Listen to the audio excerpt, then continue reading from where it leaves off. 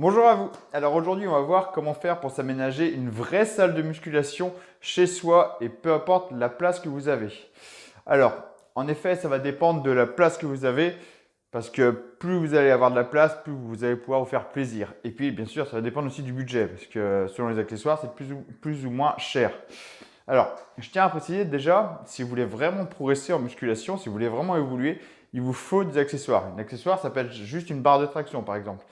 Parce que juste le travail au poids de corps sans accessoire, vous ne pouvez pas travailler le dos. Le dos, pour comprendre, il faut absolument tirer. Il faut quelque chose pour tirer. Donc sans rien, ce n'est pas possible de travailler le dos. Vraiment, les muscles superficiels du dos, le grand dorsal, l'arrière des épaules, enfin toute cette partie-là, on ne peut pas. Donc il faut au moins une barre de traction.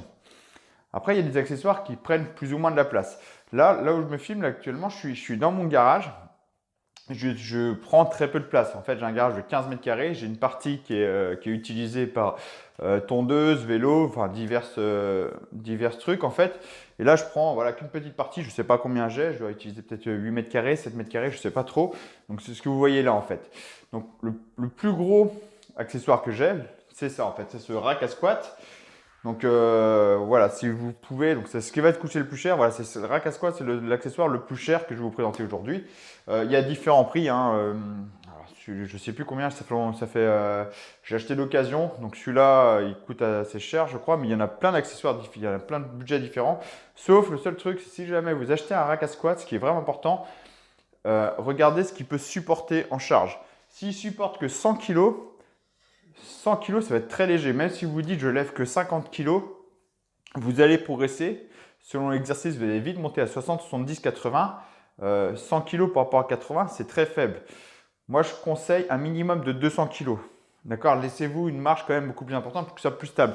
Celui-là, il supporte, je crois que c'est 300, je crois que c'est 300 ou 350 kg.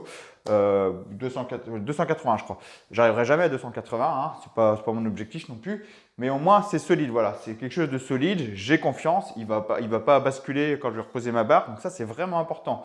Donc si vous voulez un rack à squat, vous n'avez pas les moyens pour prendre un truc solide, attendez. C'est pour votre sécurité que je dis ça, hein, pour vraiment être protégé, c'est vraiment important. Il y en a différents, il y en a, ils ont des barres de sécurité ici. C'est encore mieux. Moi, j'ai pas ça, donc à chaque fois, je fais très attention parce que je m'entraîne souvent tout seul.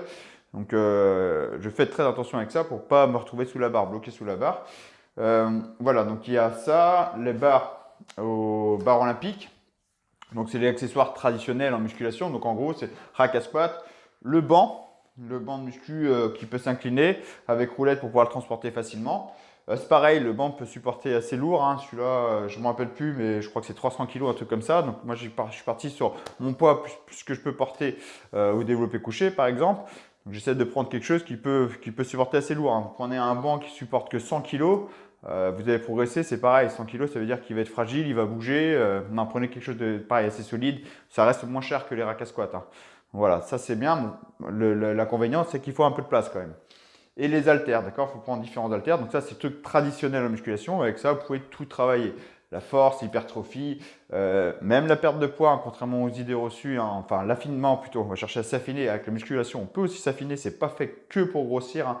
Si vous me suivez dans les vidéos, vous savez que je suis pas pro bodybuilding, hein. C'est pas du tout ce genre de truc que je cherche. Donc vous pouvez vraiment tout faire avec la musculation, la prépa physique. Je suis beaucoup dans la prépa physique, donc améliorer toutes vos qualités physiques, on peut tout faire.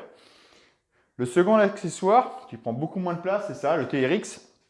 Alors, le TRX, la marque TRX, c'est un accessoire qui coûte cher, vraiment cher à mon goût, mais il y a un équivalent, c'est les sangles de suspension Decathlon. Donc, le TRX, je vais vous parler des sangles de suspension Decathlon après, hein. Le TRX, le gros avantage, c'est la qualité. Ah, déjà, la qualité, elle est vraiment au top, hein. Et cette instabilité. Là, on voit, ça coulisse dans l'anneau. Donc, ça rend l'exercice de gainage beaucoup plus important, en fait. C'est un accessoire qui coûte près de 200 euros. Donc ça coûte vraiment cher. Après, c'est une qualité, voilà, normalement, c'est pas censé bouger avec le temps. Si vous voulez investir et si vous voulez acheter ce genre d'accessoire et pas mettre trop cher, Decathlon, ils font le même accessoire, j'ai travaillé longtemps avec, ça coûte 20 euros. Voilà, c'est quand même beaucoup moins cher. Sauf qu'il n'y a pas cette instabilité. La finition n'est pas la même, hein, bien sûr, c'est pas de même qualité, mais ça fait vraiment son taf. Pour 20 euros, vous ne prenez pas de risque. Moi, j'ai travaillé avec ça, avec les Decathlon, je me suis entraîné, j'y travaillé parce que je me suis entraîné avec et j'ai utilisé en coaching, en prépa physique avec différentes personnes. voilà, c'est costaud, c'est solide. Donc, vous pouvez vraiment faire avec 20 €, vous prenez pas de risque. Sinon, la TRX, voilà, c'est gamme au-dessus, niveau qualité, 200 €. Et avec ça, vous pouvez tout faire. Les cuisses, donc j'ai fait plusieurs vidéos avec les sangles de suspension, hein. Les cuisses, le gainage, alors c'est vraiment le top pour le gainage, j'adore cet accessoire pour le gainage, c'est vraiment bien. Pour travailler aussi les muscles profonds, parce qu'on est beaucoup sur de l'instabilité, donc les muscles profonds des épaules et tout ça, on va vraiment travailler, c'est très intéressant. Là, je l'ai mis sur une barre de traction, je trouve que ce qui est le mieux, ouais, c'est ça, c'est l'accrocher à une barre de traction pour pouvoir se mettre en dessous, vraiment glisser en dessous, c'est vraiment le top. Mais sinon, ça peut se mettre aussi sur une porte, hein. Vous pouvez mettre ça au-dessus de la porte. Donc, souvent, il y a une butée. Là, je l'ai enlevé, mais il y a une butée ici. Vous passez ça au-dessus de la porte, vous fermez, hop, et c'est calé. Vous pouvez faire ça sur une porte aussi. Sauf que quand vous allez évoluer et être beaucoup plus fort, vous êtes limité, hein. Je pense par exemple aux pompes. J'aime bien être d'aplomb en dessous, pouvoir jouer pour vraiment rester en dessous, hein, pour beaucoup d'exercices. Le dos aussi, parallèle, c'est quand même beaucoup mieux. Enfin, beaucoup d'exercices comme ça pour aller plus loin. Le dernier accessoire, vous le connaissez, hein, je vous en parle souvent. Voilà, pas de surprise. Le dernier accessoire, c'est les élastiques. Donc, c'est l'un des accessoires, l'un de mes accessoires favoris, si ce n'est pas mon favori. On peut vraiment tout faire avec. J'aime beaucoup cet accessoire-là parce qu'on peut vraiment travailler en force, contrairement aux idées reçues, hein, parce que les élastiques, voilà, il y en a plusieurs avec des résistances différentes. Donc, on peut vraiment mettre de la tension. On peut travailler en force, le gainage, l'instabilité. On peut le fixer sur des angles totalement différents. Donc, on va travailler donc, notre résistance avec une traction qui va être différente des haltères, qui n'est pas toujours vers le sol, hein. On peut chercher à l'amener en haut, au milieu, en bas, différents côtés. Voilà, on peut tout faire avec les élastiques. Moi, j'aime beaucoup dans version prépa physique pour chercher à travailler, par exemple, les pecs en cherchant à travailler le gainage et les cuisses, l'instabilité. C'est complet. J'aime beaucoup cet accessoire-là aussi parce que il y a quelques années, moi j'étais en région parisienne, je faisais des sports de combat, je faisais du combat sportif, lutte contact pour ceux qui connaissent.